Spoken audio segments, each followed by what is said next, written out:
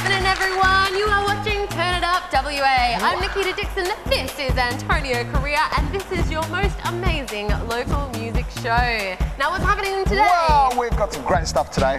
We've got Seals coming up. We've got Mezzanine coming up, and we've got another band called Moustache coming up. Yes, and they are going to rock your socks. Awesome. Lots of stuff. Lots of stuff. But for now, we're going to head down to an awesome chat I had with Calpeck and the Tramps. Let's check it.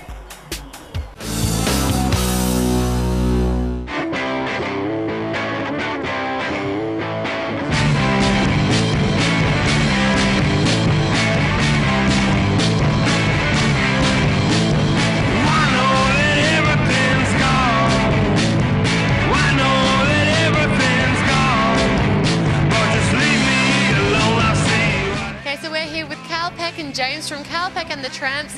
Now, you guys have got an album coming out later this year. Is there anything at all you can tell us about it? It's recorded and mixed. We just got to get it mastered now. So just slowly getting money together to do that.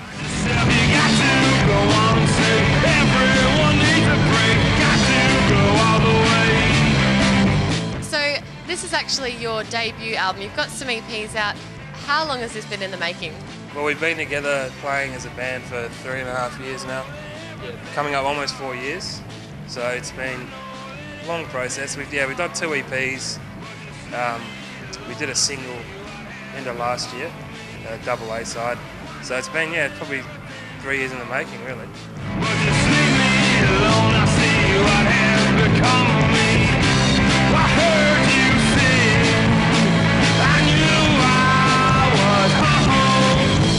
So tell us about the songs on this album. What kind of genre would they fall into? It's really hard to pin because we kind of mix a lot of genres together because we all love, I love rockabilly, I love 60s garage, blues, R&B.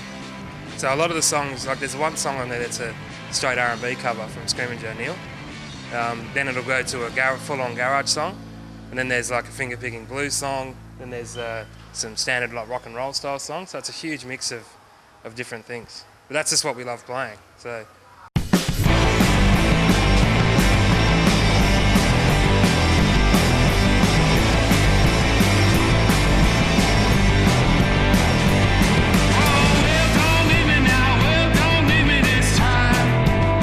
Are there any album titles that you've turfed? I've got about 2 pages of them. It's really hard. That's probably the hardest thing we got right now is actually coming up with a name for the album. Because we were thinking, Calpeck, it's self-titled, first album. That's a bit of a cop-out. Then you can come up with some pretty rubbish names for albums when you sit there and try and write them down. But it's just we still don't know what we're going to call it. We've still got no idea. So.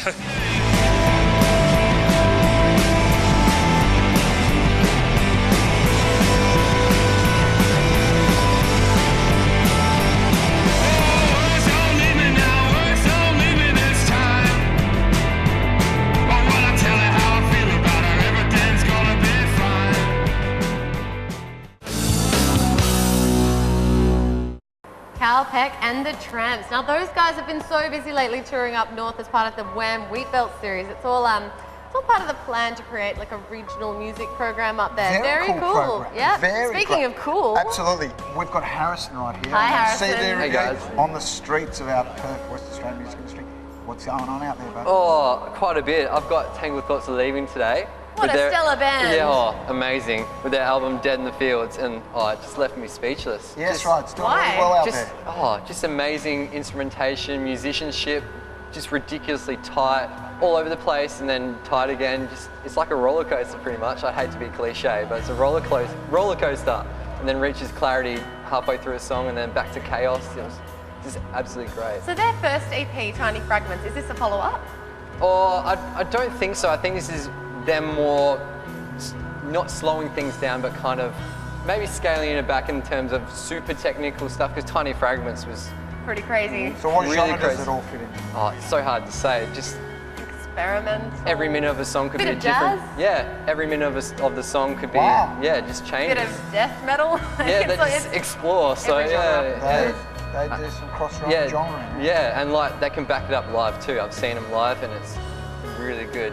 You have to watch them. It's really great. So the sound, you said it's changed. What's going on in this album? Oh, they're still doing crazy stuff, but I think they've just kind of, not a new direction, but like I said, just not maturing either, but kind of just narrowing it down, trying to find a bit of a niche and a middle ground with their audience and what they're happy playing, and just, yeah. Have they always been in this style of Yeah, genre? yeah. They've got like 20-minute epic songs, so, wow. And so it's ridiculous. Awesome, and where can we get our hands on this? Online, stores, contact the band themselves. And I hear it's a really good idea to actually get the physical CD because the artwork on there is quite impressive. The artwork's really insane on there too. It's really good. So cool. All right, well, we'll have to check it out. Harrison, the champion on the streets of the CD. Another great CD review. Good on you. Well, right now we're going to our... We are going to our acoustic segment, guys. Let's check out the Seals. Absolutely. Don't go anywhere.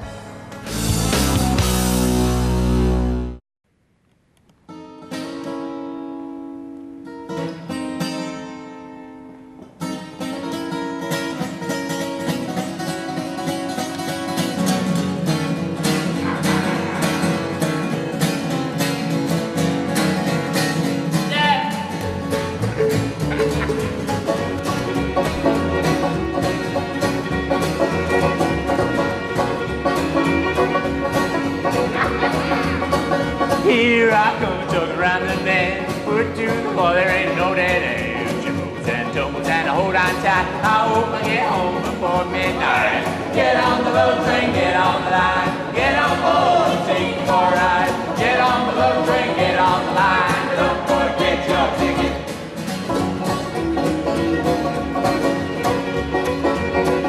A stoker fire engine picks up speed. So damn fast, I'll be on my knees. She's bumping quick, she comes right on time. So when I'm on board, I'm on the express line. Get on the love train, get on the line. Get on board, take you for a ride. Get on the love train, get on the line. Don't forget your ticket.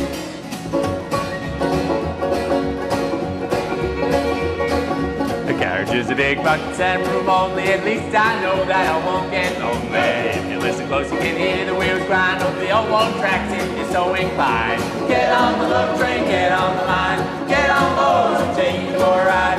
Get on the love train, get on the line. But don't forget your ticket.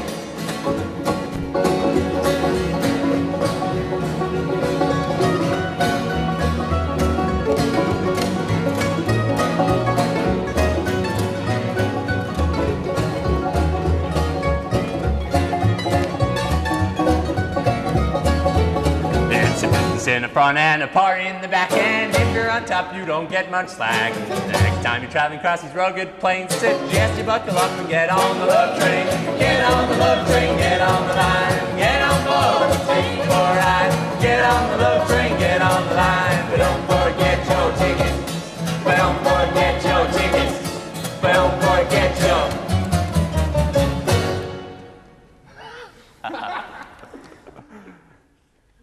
Cool.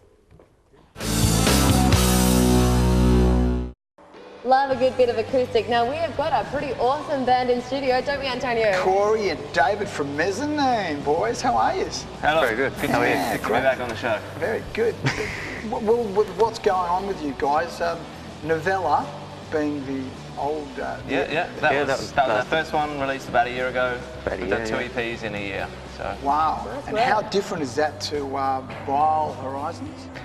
That's the new one, so that's louder. Louder. Very loud, as you'll see when we play a bit later. It's, pretty loud. We like it loud.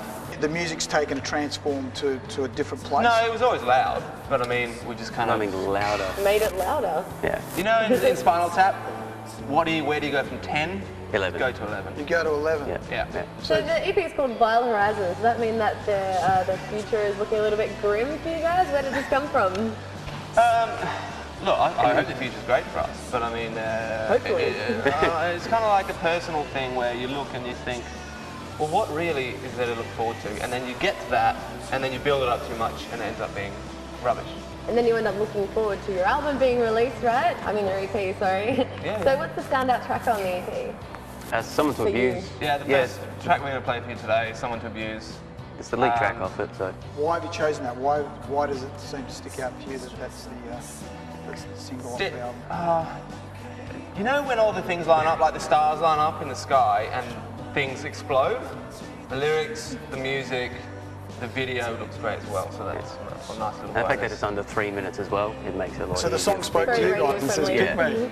Yeah. Well, I'm the one. That was a 6-minute song, but we thought, No. Someone we told don't you even have it's time. interesting title. I mean, let's just elaborate on that. all right.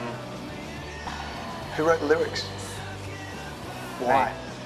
Yeah, this is a hard thing to answer, but it's kind of like when you know that you should be happy or something, and you know the way to be happy, but you always find a way of sabotaging the thing that you want the most. Are you hoping that people are going to feel the way you did when they listened to it? Let's put it this way: if I was like an aged cheese enthusiast, and I was writing songs about aged cheese, that would work because I loved aged cheese, and there'd be a market for that somewhere. Some sickos would like some aged cheese music. I write music that's a bit dark, a bit depressing, but very loud, very energetic.